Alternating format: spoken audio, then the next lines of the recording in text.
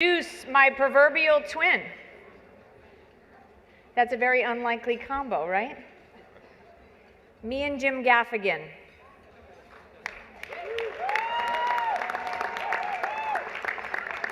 We're both Irish Catholic. We're both from Chicago. We're both Hoyas. We both needed the grace of Father Leo O'Donovan to help make sure that we got through Georgetown University. Thank you. And we both married way above our league with Jeannie and Philip. And after that, our two paths diverged, and I became a nerdy investor, and he became one of the funniest men on the planet.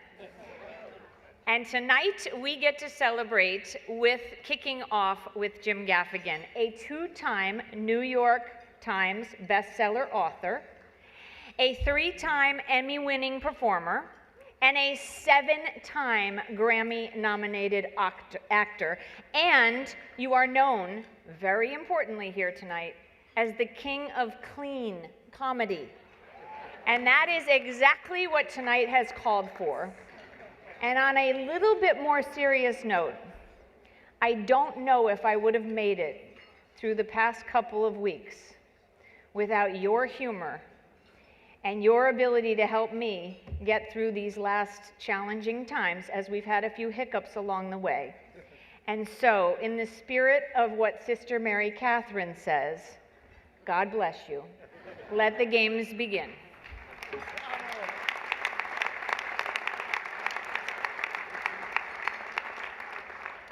Thank you, thank you. Good evening, rich people. I gotta be honest, I feel like I'm at a casting call for Daddy Warbucks, and I'm not gonna get the job. Welcome, Your Eminence, President Trump, First Lady, random millionaires who are not yet billionaires. Welcome to the 79th Annual Al Smith Memorial Dinner. As you can, please give it up. Yes. As you can see how we're dressed, the theme again is let them eat cake. Now I understand some of you may recognize me as the guy who plays Tim Walz on SNL, but I want you to know that I'm going to be fair and balanced tonight, and I'm going to make jokes about both Donald Trump and J.D. Vance.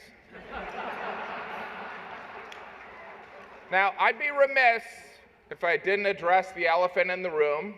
You know, you're all thinking about it. Let me just cut to the point and point out who's not here. And of course, I'm talking about the middle class. That filthy group of people. Right, Chuck? Do you know what I'm talking about? Can we have a round of applause for Chuck Schumer? Right? See, he does like being near microphones. Now, but seriously, this is a special night, people. This is the one night when Republicans and Democrats who used to be Republican and Republicans who used to be Democrats and independents and whatever Michael Bloomberg is now, we can, there he is, he's up there. I love how the front row doesn't even look at me. Do you know what I mean? Like, do those seats cost more? How much does it cost to not have to look at Gaffigan? That's my Bloomberg impression. I don't know about you. I think this is exciting. This is very exciting, right? We are 19 days until the election and likely a civil war. And, you know, I'm nervous, you know what I mean? It's like, this is my first Civil War, guys. I don't own a musket. Have we decided who's wearing blue and who's wearing gray? Because I look better in blue because of my eyes, you know? But, of course, let's acknowledge our host for the evening, the Archbishop of New York, Timothy Michael Cardinal Dolan. Timothy Michael Cardinal Dolan. You know, I tell you, as the father of 5, saying that name feels like I'm trying to get my kids to come to dinner. Timothy Michael Cardinal dinner. My wife and I, we do have 3 boys, and I hope our son Cardinal doesn't feel too much pressure to become a priest. Full disclosure, Cardinal Dolan is also a friend of mine, and I would never put him on the spot, but Cardinal Dolan, I'm curious. The Pope did say that this election is a choice between the lesser of 2 evils. And so, 2-part question. 1, do you agree? And 2, who's more evil? All right, I'll come back to you. This, of course, is a Catholic event honoring Governor Al Smith, who in 1928 was the first Catholic to run on a major party. To put that in perspective, in 1928, Chuck Schumer was a first-term senator. Thanks for sitting here, Chuck. Of course, Joe Biden was our second Catholic president, right? After JFK. President Biden couldn't be here tonight. The DNC made sure of that.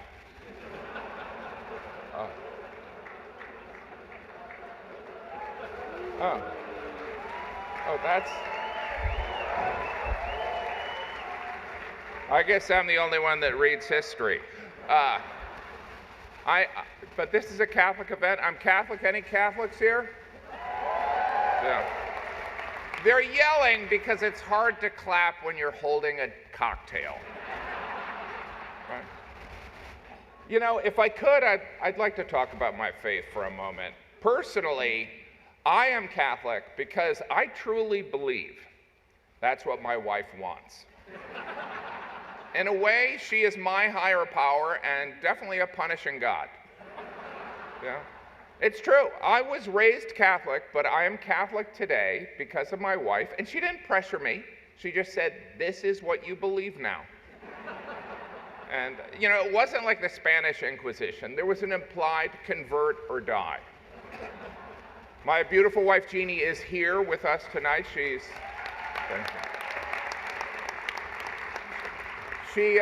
not sitting on the dais. She's sitting out there with all those losers that are only millionaires. You know, it's like pull yourself up by your bootstraps, right, Chuck? Right. Yeah. Today is a special day. Today, my wife Jeannie and I are celebrating our 21st wedding anniversary. Thank you. Thank you. We're not. That's a lie. But being on a dais filled with politicians, journalists, and business people, I felt obligated to tell a lie. You know, I didn't want them to feel out of place. Besides, I don't know when our anniversary is. You know, this event has been referred to as the Catholic Met Gala. 22% of Americans identify as Catholic. Catholics will be a key demographic in every battleground state. I'm sorry, why is Vice President Harris not here?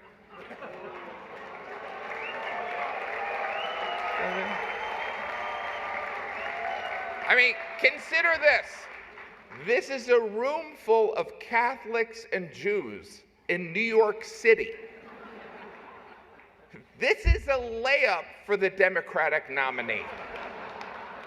I mean, in her defense, I mean, she did find time to appear on The View, Howard Stern, Colbert, and the longtime staple of campaigning, the Call Her Daddy podcast. You know what I think it is? I think she doesn't like me. Chuck, do I have bad breath? But I love New York City. I believe that this city is the greatest city on earth. I do believe that.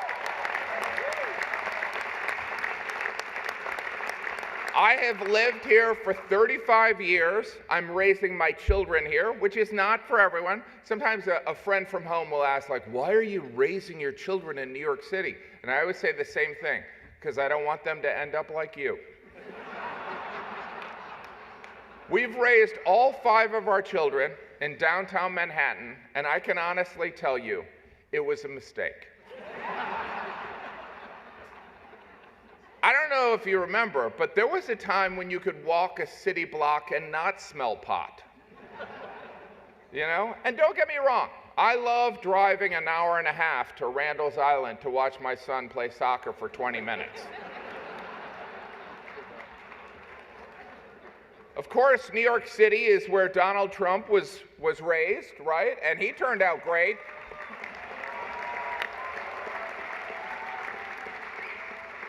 Yet New York is a state that Donald Trump statistically has little chance to win.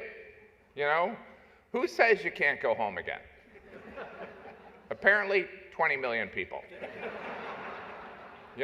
We should not, but let's not let this dais of dignitaries dress like, background actors on Downton Abbey distract from the significant achievement we've made tonight. I mean this in all sincerity. The money that we've raised tonight is significant and will have a positive impact.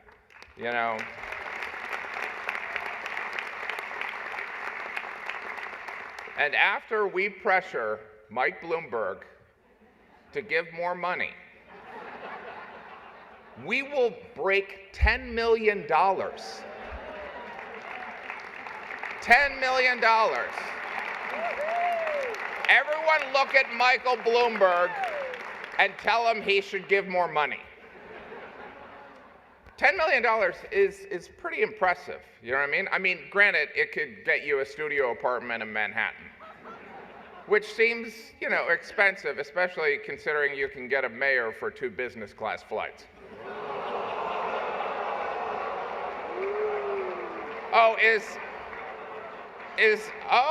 Did I break I didn't think we had borders anymore. All right, let's go positive here. Can we have a round of applause for First Lady Melania Trump?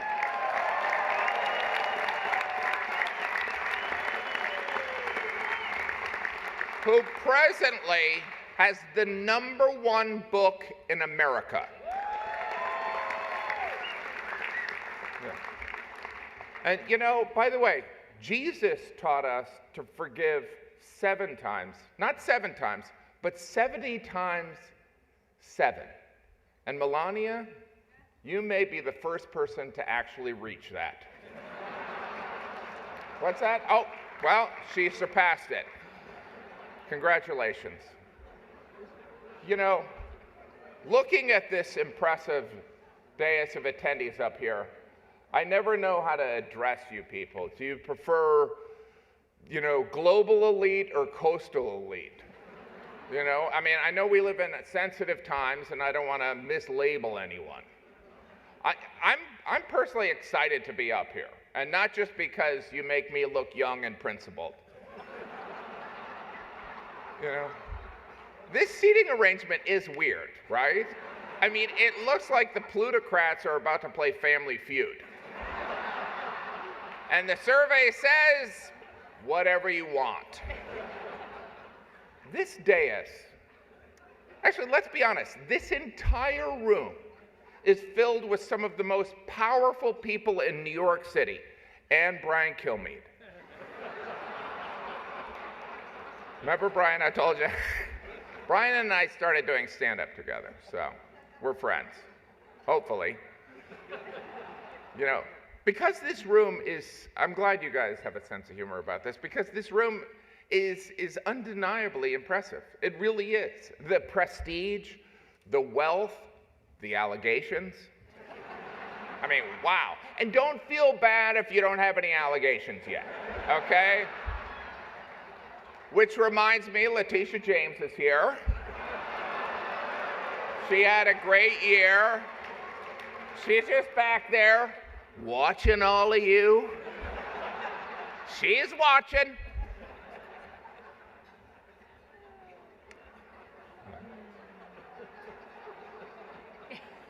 By the way, can I point out that this is a very nimble thing that I'm trying to do, right?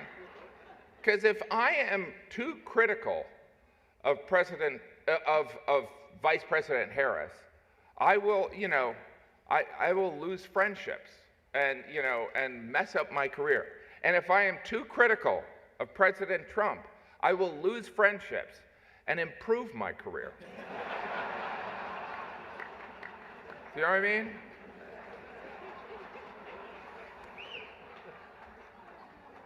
We have an amazing, by the way, RFK Jr. is here. Welcome, sir. RFK Jr. He, of course, is going to make America, he's part of the MAGA, Make America Healthy Again, right? I don't know if he's seen what Donald Trump eats, but Donald Trump eats like, well, me and the Cardinal, okay? And anyway,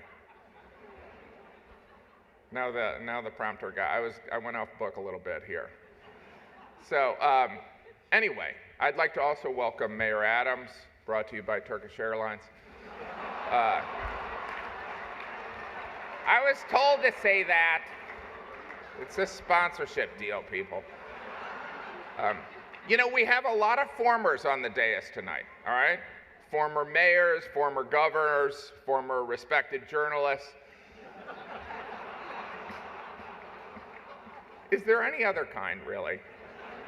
Now, I understand some people may have an issue with a journalist appearing on a dais, hobnobbing with the rich and powerful. It would appear like a clear conflict of interest, and that's because it absolutely is.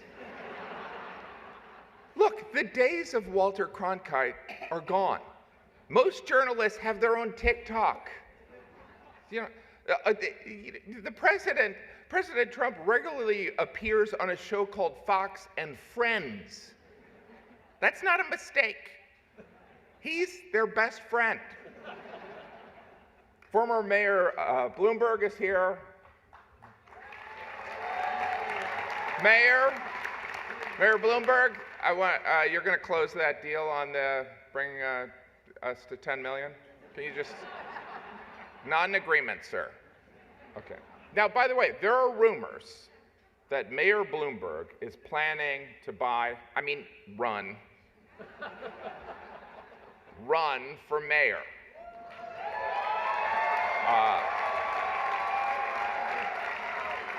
I don't know if that's true. Quick question, Mayor Bloomberg. When you buy an election, do you put it on a credit card so you can get the points?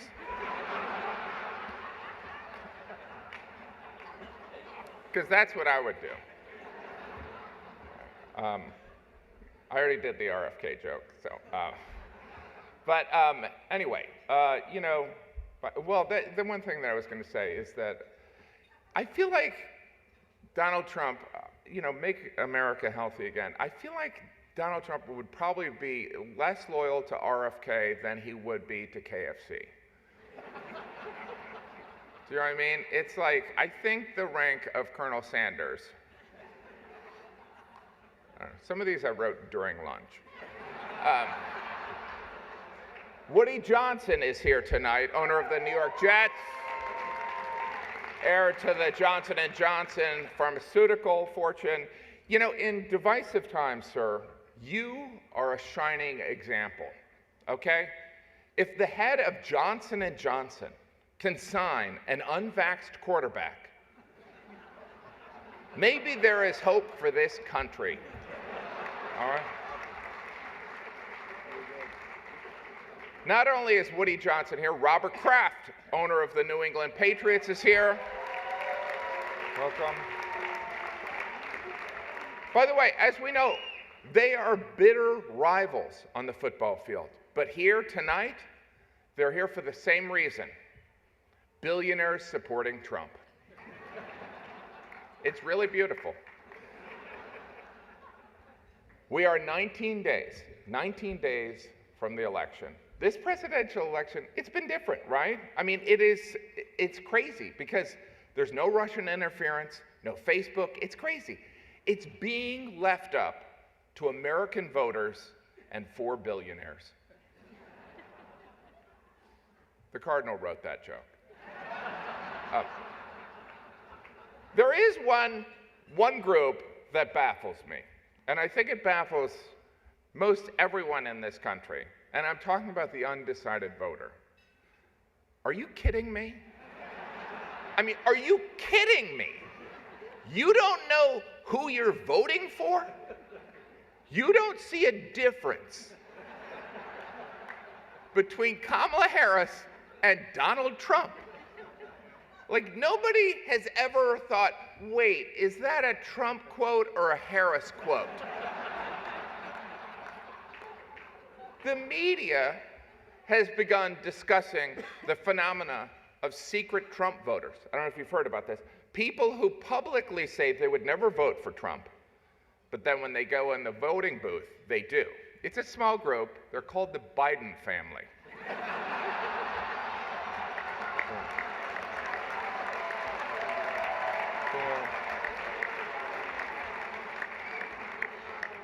You know, I think we'd all agree that, you know, we live in divided times, and whoever is elected in November, I hope they establish an initiative to heal the divide that exists in this country. And I have a great name for this. It could be called Project 2025. It has a nice, Chuck, do you like it? Okay. Our first presentation tonight will be by Vice President Kamala Harris, okay?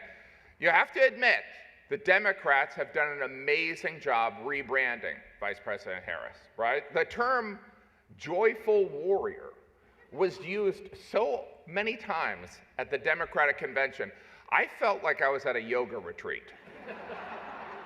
Let's start off in a joyful warrior pose, and then go straight into downward-facing Doug Emhoff. Good. Now laugh uncontrollably. Remember to breathe. Vice President Harris's trajectory has been astounding. In just the course of a couple months, she went from mediocre vice president to everyone's mamala. This is, of course, a historic race for many reasons, right? If Vice President Harris wins this election, not only would she be the first female president, a black woman would occupy the White House, a former Trump resident. Obviously, you wouldn't be renting to her. I mean, that would never happen anyway. Maybe if Doug did the signing. All right. That one didn't work. You know, this has been an interesting presidential campaign. The Democrats have been telling us Trump's re-election is a threat to democracy. In fact, they were so concerned of this threat, they staged a coup, ousted their democratically elected incumbent, and installed Kamala Harris. In other words, all her dreams have come true. Really? It really makes you consider the power of prayer, right, Cardinal? Sometimes prayers take 3.5 years and a George Clooney op-ed. Yeah. I don't know who's angry, but I don't care. Anyway, can I point out, so it's a, you know, I think I should get right to, you know, that, you know, now I am turning into Tim Walz. But Vice President Harris did have a scheduling conflict, but was generous enough to send us this video. Let's take a look.